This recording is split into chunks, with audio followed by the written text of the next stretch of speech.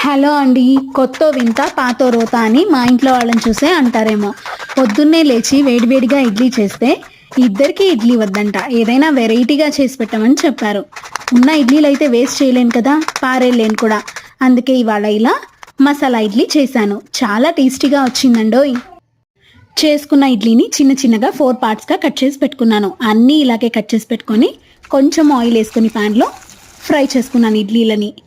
Deep fry చేయలేదండి, just shallow fry చేసి పెట్టుకున్నాను. తర్వాత సేమ్ ప్యాన్లో తిరువాత గింజలు వేసేసుకొని మనకు నచ్చిన వెజిటబుల్స్ అన్నీ వేసుకొని అవి బాగా మగ్గిన తర్వాత కొంచెం ఉప్పు, పసుపు, కారం వేసుకొని చివరిగా పావు బాజీ మసాలా వేసుకున్నాను.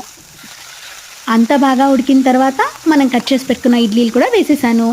అంతేనండి, పైనుంచి కొత్తిమీర చల్లేస్తే టేస్టీగా మసాలా ఇడ్లీ రెడీ అయిపోయింది. వెరైటీగా ఉంటే గడ్డైనా తినేస్తారు కదా ఈ కాలంలో అందరూ. మా వాళ్ళకి చాలా బాగా నచ్చిందంట. మీ పిల్లలు కూడా ఇలాగే చేస్తారా మీ ఇంట్లో?